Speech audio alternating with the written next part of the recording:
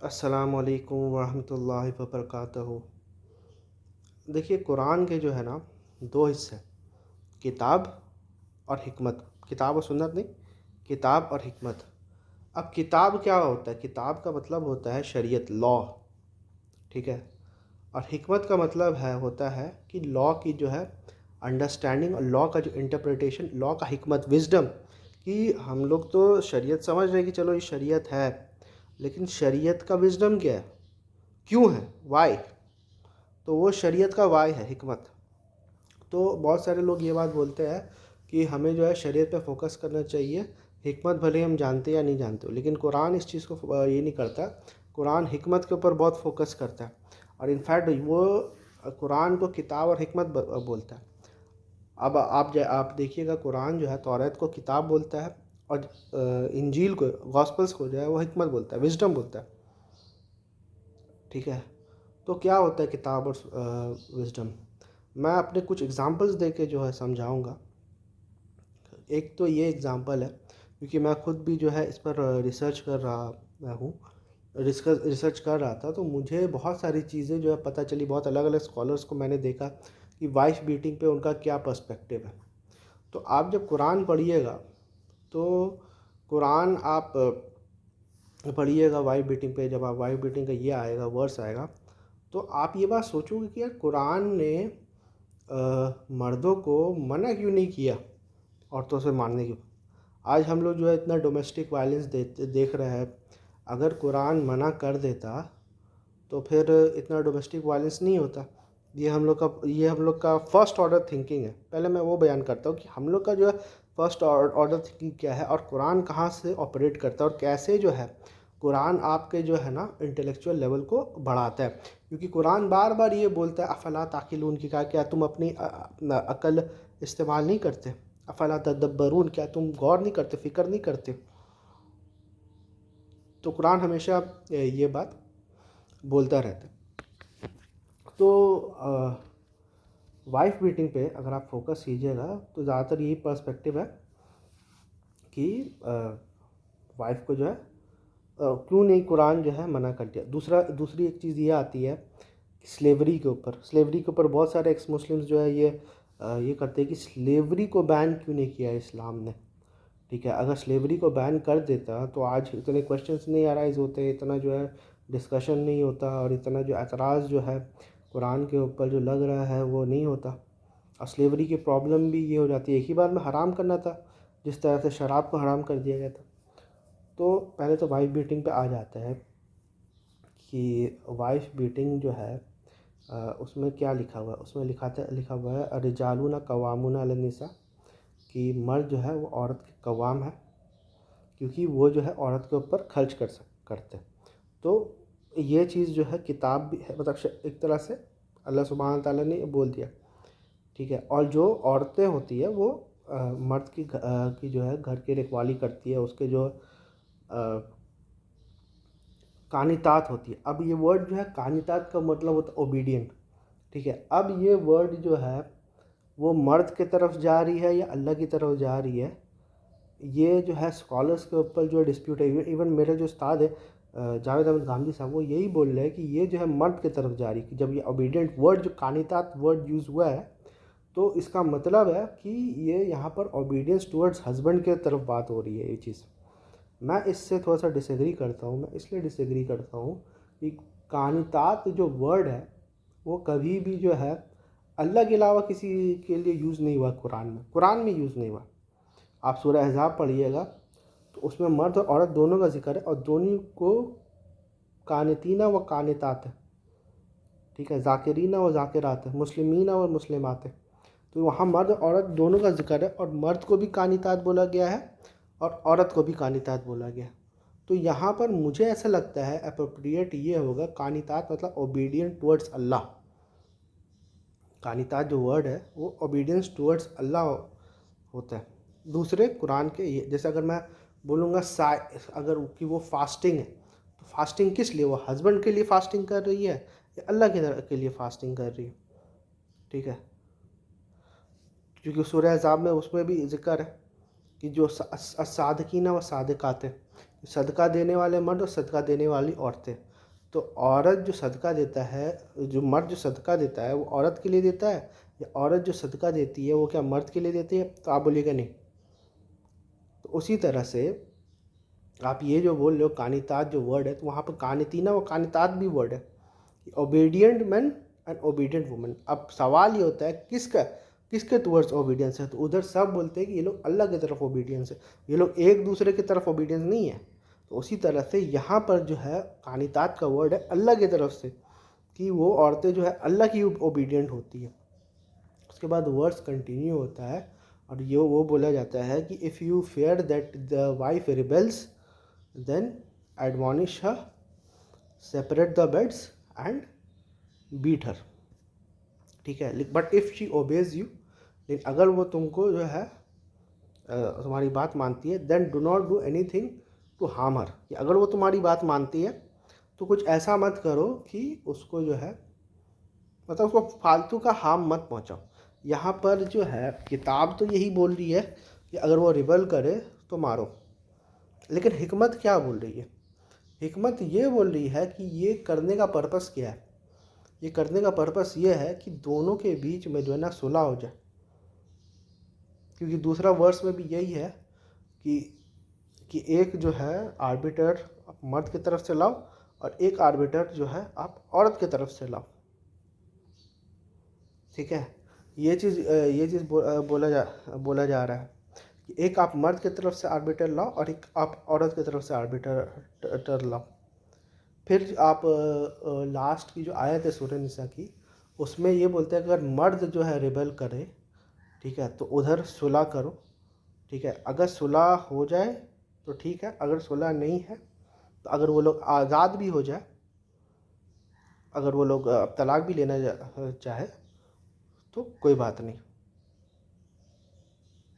ठीक है, आप जो है तलाक अगर दोनों सेपरेट भी हो जाए तो ठीक है, अल्लाह जो है ये कर देगा। तो पहले ये हिकमत यहाँ पर जो है, हिकमत क्या है? तो हिकमत ये है कि जो है मर्द और औरत का जो है ना, हस्बैंड और वाइफ का जो है ना, वो घर नहीं टूटना चाहिए, और दोनों में से कोई एक रिबल करेगा तो घर टूट जाएगा।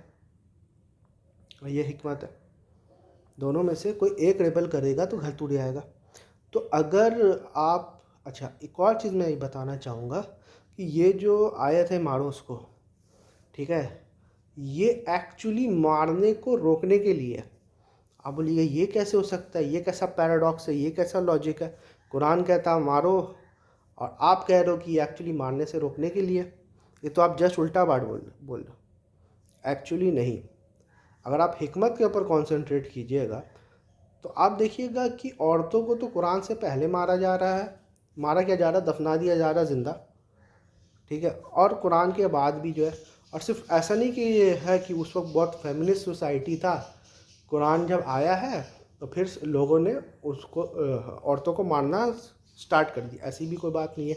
एक ट्राइबल सोसाइटी था, ऑलरेडी जो है मर्द जो है वो औरत को मार ही रहे थे, फिजिकली भी हार, तो डोमेस्टिक वायलेंस तो हो ही रहा था। ठीक है, तो अब जो है वो कुरान ने ये चीज़ क्या किया, कुरान ने इस मारने की जो पीरियड है ना उसको और डिले कर दिया।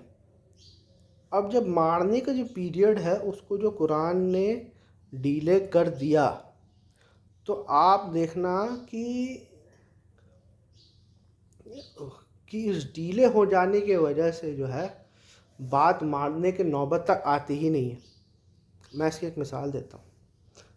अगर मैं, जैसे कोई बंदा सिगरेट पी रहा है सपोज़, या सपोज़ पॉर्न देख रहा है, या चलो सिगरेट पी रहा है, इसी के ऊपर जो है आप फोकस करो।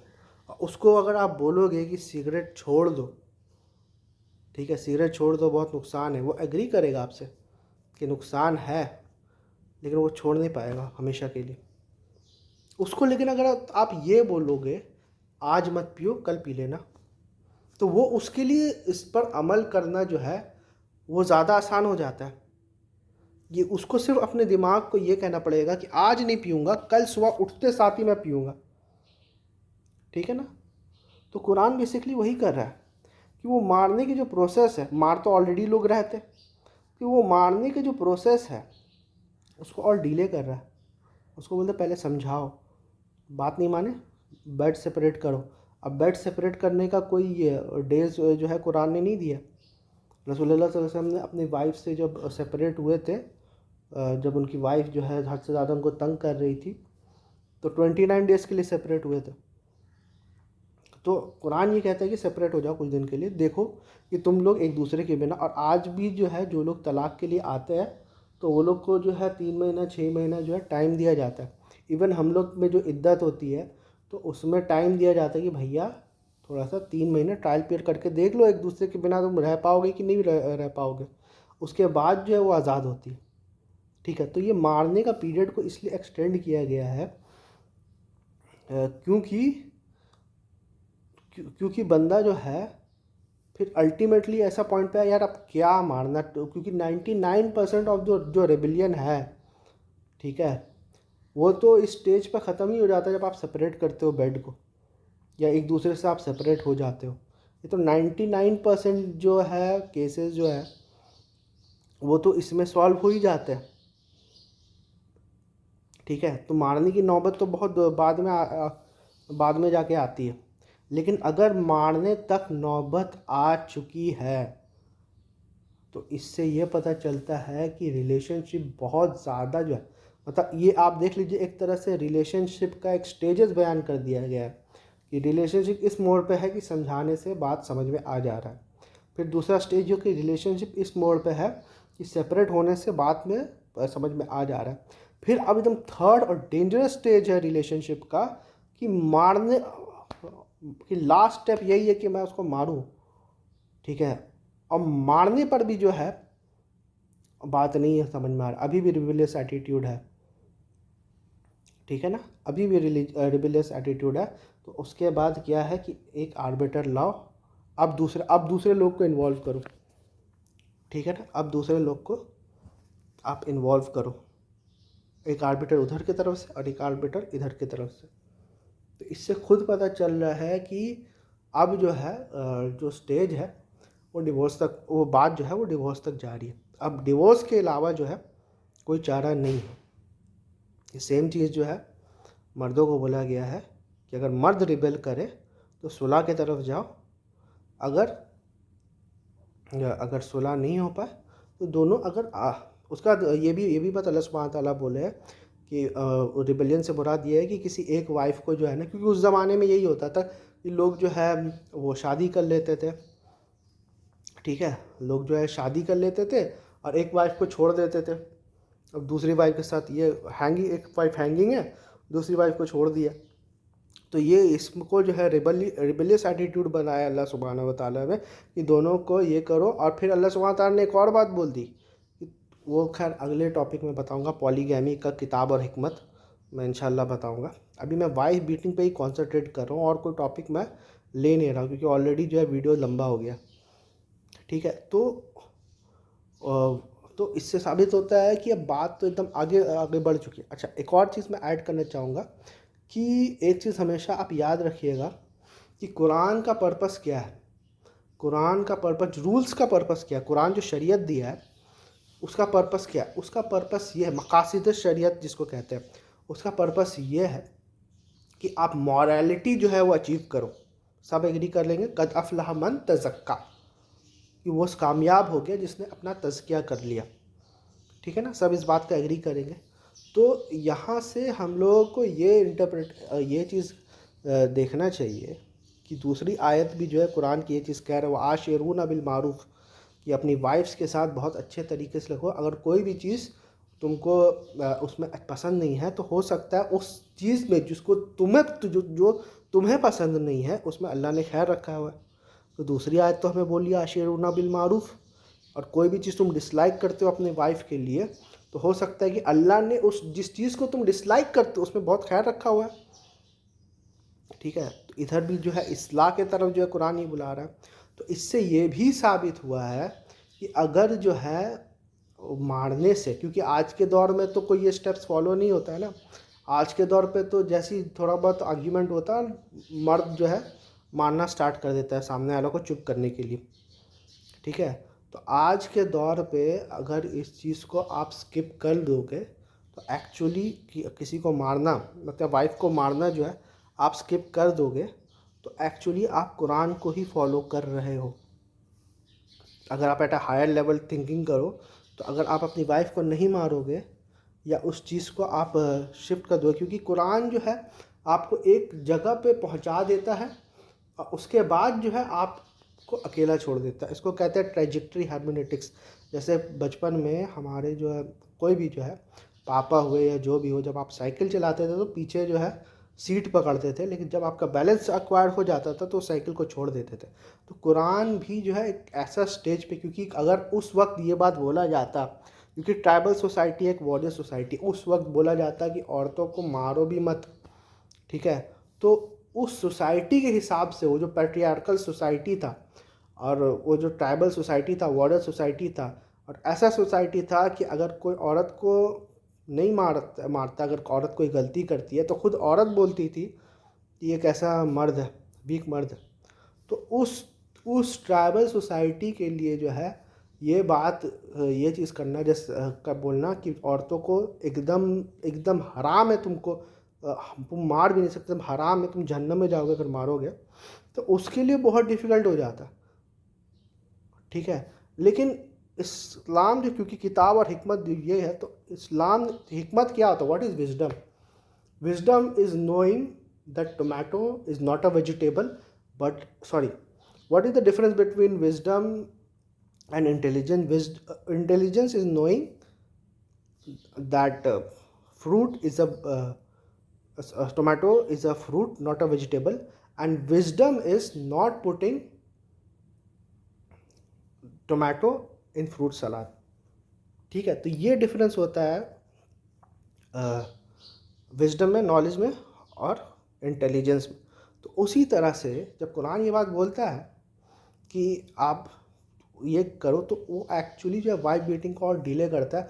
और क्योंकि उसका मसला जो मकसद था वो सुलह करने का था, तो आज की डेट में अगर मारने से बात और बढ़ता है, मतलब रिबेलियन और बढ़ता है, तो मारना नहीं चाहिए। यही चीज़ एक्चुअली कुरान ये चीज़ बोल रहा है, और यही चीज़ फिर जो है रसूलुल्लाह से फिर आपको हदीसों में भी मिलती है। कुरान तो ये बात बोल रहा है, लेकिन ये फिर आपको हदीसों में भी मिलती है कि अल्लाह के रसूल सल्लल्लाहु अलैहि वसल्लम ने यही कहा है कि अपने जो है don't beat the handmaidens of God, तो औरतों को नहीं मारो। फिर फिर जो है बहुत सारी औरतें जो है आके शिकायत करती है, तो फिर क्या बोलते हैं कि those man are not the best of the man, कि जिन्होंने औरतों पे हाथ उठाया वो बेस्ट नहीं है।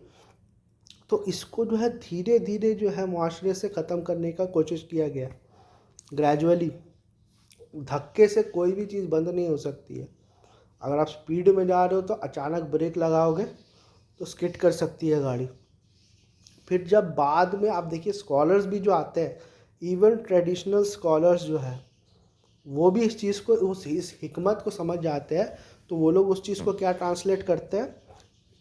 Beat lightly.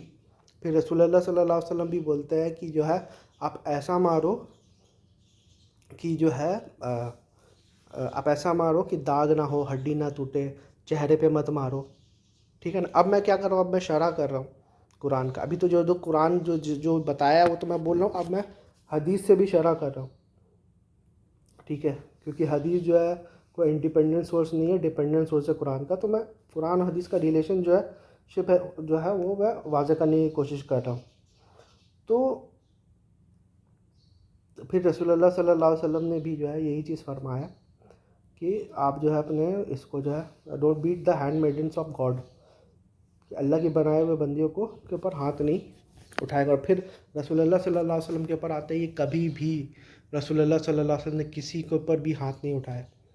फिर ये भी आया है कोई भी औरत कोई भी मर्द के ऊपर सिवाय वॉर में उन्होंने हाथ नहीं उठाया, कोई भी पर्सनल रीज़न की वजह से उन्होंने हाथ नहीं उठाया। फिर जो है ट्रेडिशनल स्कूल ऑफ थॉट भी जो डेवलप हुआ है, तो अगरचे मैं बहुत सारी चीज़ों में ट्रेडिशनल स्कूल से नातफाक ही रखता हूँ, लेकिन जो ट्रेडिशनल स्कूल ऑफ थॉट भी जो है ज़्यादातर एज अ होल जो है वो यही डेवलप हुआ है कि बीट लाइटली। और जब आप बीट लाइटली ये बात बोलते हो तो एक्चुअली आप बीटिंग को ऑब्सोलीट कर देते हो।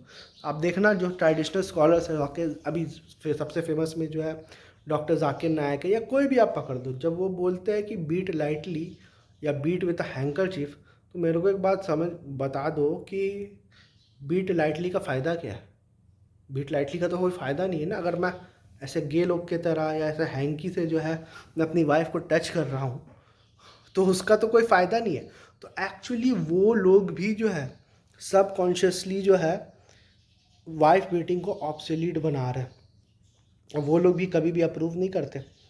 कोई भी हस्बैंड जो है अपनी वाइफ को मारता है तो उस चीज़ को अप्रूव नहीं करते, बोलते कि नहीं आपने नामर्दानगी की है। ये मैं ट्रेडिशनल स्कॉलर्स, और ट्रेडिशनल स्कॉलर्स का यहाँ तक भी है, मैंने इस्लाम क्यों इंडिया में पढ़ा था कि अगर वाइफ बीटिंग से फ़ायदा नहीं हो रहा तो मत किया करो, ठीक है। तो कुरान का जो मकसद था वो पूरा हो गया मेरे हिसाब से, ठीक है ना। अब उसके बावजूद भी लोग जो डोमेस्टिक वायलेंस करते हैं, तो सब स्कॉलर्स और सब मुत्तफिक हो गए कि डोमेस्टिक वायलेंस जो इस तरह से होता है वो तो 100%, 110% जो हराम काम है। अब मेजर सिन है, मेजर सिन ये है कि आपको उसकी सज़ा भी मिल सकती है, और अगर आपने तौबा नहीं किया तो जहन्नम में भी जा सकते हो। डोमेस्टिक वायलेंस मेजर सिन अब बन गया है और सबके नज़दीक है ये कोई मैं मॉडर्न पॉइंट ऑफ व्यू नहीं, ट्रेडिशनल पॉइंट ऑफ व्यू ही बता रहा हूँ। तो ये जो इंटरप्रिटेशन है वाइफ बीटिंग के ऊपर, ये मुझे सबसे प्लॉसिबल लगा है। बाकी और भी कोई बंदा अगर कमेंट में ऐड कर सकता है कोई एक्स, तो मुझे बहुत खुशी होगी। और बाकी इनफैक्ट पॉलीगैमी पे या स्लेवरी पे इंशाल्लाह नेक्स्ट टाइम बात करेंगे, क्योंकि अभी ऑलरेडी बहुत लंबा हो गया वीडियो।